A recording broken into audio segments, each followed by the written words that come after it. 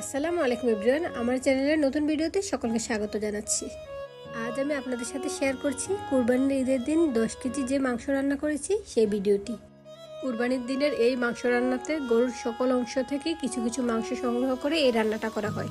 এটা আমি আমার আম্মাকে ফলো করেই শিখেছি। আমার আম্মাও সকল অংশ থেকে একটু একটু করে মাংস নিয়ে এই রান্নাটি করত, তাই আমিও সেইভাবেই করি। সব অংশ থেকে একটু একটু করে মাংস সংগ্রহ করে নিয়েছি, আর এখানে 10 কেজি মাংস হয়েছে। এটা আজ আমি রান্না করে দিব। এই তো দেখুন, একটা কলিজার টুকরা দেখালাম। সব অংশ থেকে আমি এখানে মাংস নিয়েছি। সব অংশ থেকে মাংস নেওয়ার পর এখন আমি এগুলোকে ভালোভাবে ধুয়ে নিয়ে আসছি।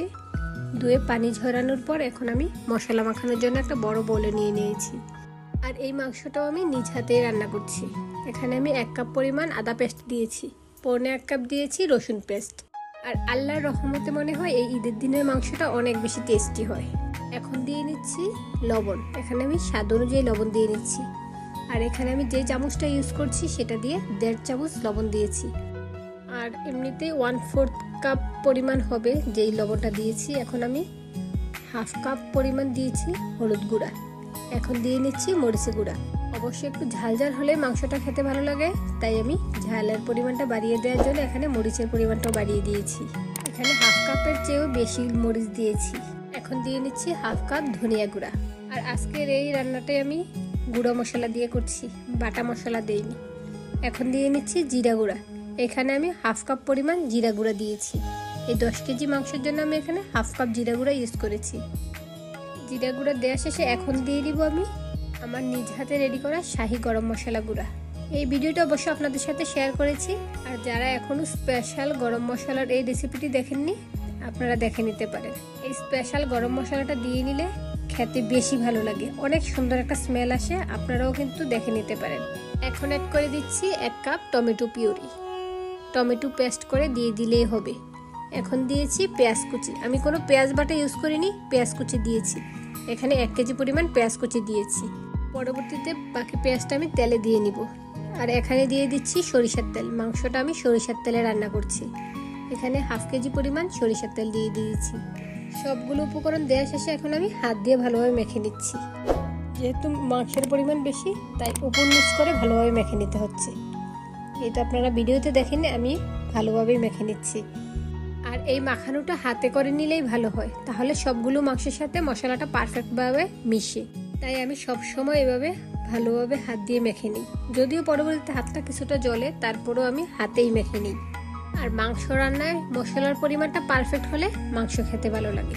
আর তার সাথে যদি এভাবে হাত দিয়ে ভালোভাবে মেখে দেওয়া হয়, তাহলে তো সব মাংসের গায়ে পারফেক্টলি মশলাটা মিশে যায়। এখানে আমি প্রায় 4-5 মিনিট সময় ধরে এভাবে হাত দিয়ে মেখে নিয়েছি, কারণ আমি আমার মার কাছ থেকে দেখেই শিখেছি।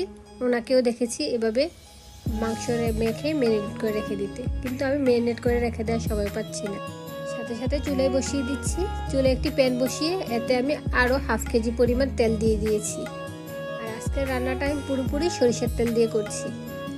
এখন আমি এর মধ্যে আস্ত মশলাগুলো দিয়ে দিচ্ছি। তেজপাতা, দারুচিনি, এলাচ, লবঙ্গ এবং স্টার এনাস সবগুলোই দিয়ে দিয়েছি। গরম মশলাগুলো দেওয়ার পর এখানে একটু ভেজে নিচ্ছি। এগুলো থেকে একটা সুন্দর স্মেল বের হয়ে আসার পরে আমি এখন এতে দিয়ে দিচ্ছি পেঁয়াজ কুচি। এখানে আমি 1 কাপ পরিমাণ পেঁয়াজ দিয়েছি। পেঁয়াজটাকে আমি এই তেলের মধ্যে ভেজে নিচ্ছি। পেঁয়াজটা লাল হয়ে আসলে এর মধ্যে আমি মাংসগুলো দিয়ে দিব।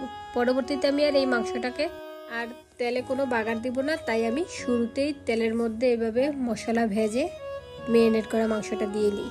যেহেতু মাংসের পরিমাণ বেশি, তাই আমি এখানে একটা বাটি দিয়ে মাংসগুলো দিয়ে দিচ্ছি। অর্ধেক মাংস দেওয়ার পর আমি ভালোভাবে নেড়েচেড়ে দিচ্ছি। সবগুলো মাংস দেওয়ার পর আমি নাড়তে পারবো না, তাই আমি অর্ধেক মাংস দিয়ে ভালোভাবে নেড়েচেড়ে দিচ্ছি। তারপরে উপর দিয়ে বাকি মাংসগুলো দিয়ে দিব। ভালোভাবে নেড়েচেড়ে দেওয়ার পর এখন আমি উপর দিয়ে দিচ্ছি বাকি মাংসগুলো। আর কে কিভাবে ঈদের দিনের এই বেশি মাংসটা রান্না করেন আমাকে কমেন্টে জানাবেন। আর এই ব্যস্ততম দিনটি কে কিভাবে কাটান, আর কে কে এই রান্না করার দায়িত্বটা পেয়ে যান আমাকে জানাবেন। সবগুলো মাংস দেওয়ার পর আমি একটু নেড়ে ছেড়ে তারপর ঢাকনা দিয়ে ঢেকে দিচ্ছি। কিছুক্ষণ পর ঢাকনা তুলে আমি আবারও নেড়ে চেড়ে দিচ্ছি। আমার এই পাত্রটাতে একেবারে সমান সমান 10 কেজি জায়গা হয়। এখন বেশি বেশি মনে হচ্ছে, তারপরে রান্না হয়ে মাংসটা একটু মিশে গেলে কমে যাবে, তারপর পারফেক্ট হয়ে যায়। আবারও আমি ঢাকনা দিয়ে ঢেকে দিচ্ছি। এভাবে আমি বেশ কয়েকবার ঢাকনা তুলে নেড়ে চেড়ে দিই, আবারও ঢাকনা দিয়ে ঢেকে দিই।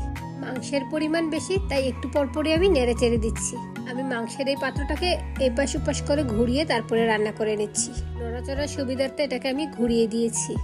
এখন আমি এই মাংসের সাথে অ্যাড করে দিচ্ছি হাফ কাপ পানি, অর্থাৎ যেই বলে আমি মিক্স করেছি সেই বলটাতে হাফ কাপ পানি দিয়ে ধুয়ে এই মাংসতে দিয়ে দিয়েছি। আর এই হাফ কাপ পানি দিয়ে আজকের এই রান্নাটা হয়েছে, কারণ মাংসগুলো সাথে সাথে ধোয়া, এগুলোতে এক্সট্রা কোনো পানি দেওয়া লাগেনি, এগুলো থেকেই পানি উঠেছে। আর এই হাফ কাপ পানিতেই রান্না হয়ে গিয়েছে।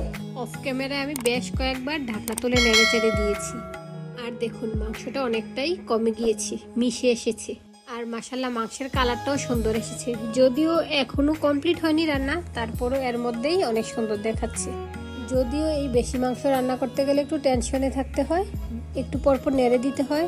এর মধ্যে আমি মাংসটাকে চেক করেছি, 90% সিদ্ধ হয়ে গিয়েছে। এখন আমি এর মধ্যে দিয়ে দিচ্ছি ভাজা জিরার গুঁড়া।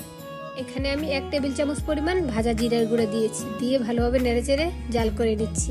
এখন আমি আবারও দিয়ে দিচ্ছি হাফ টেবিল চামচ পরিমাণ শাহি গরম মশলার গুঁড়া।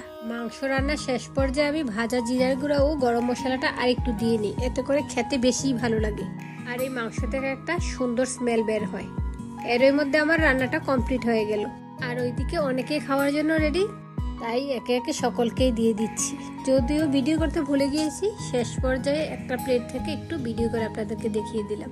মাশাআল্লাহ এই ঈদের দিনের রান্নাটা অনেক বেশি মজা হয়েছে, তাই তো আমি বেশি করে রান্না করি, বক্সে করে রাখি, পরবর্তীতে একটু একটু করে খেতে ভালো লাগে। এই ভিডিওটি ভালো লেগে থাকলে চ্যানেলটি সাবস্ক্রাইব করে দিবেন। আবার চলে আসবো অন্য কোনো নতুন রেসিপির ভিডিও নিয়ে। সে পর্যন্ত সবাই ভালো থাকুন, সুস্থ থাকুন। আল্লাহ হাফেজ, আসসালামু আলাইকুম।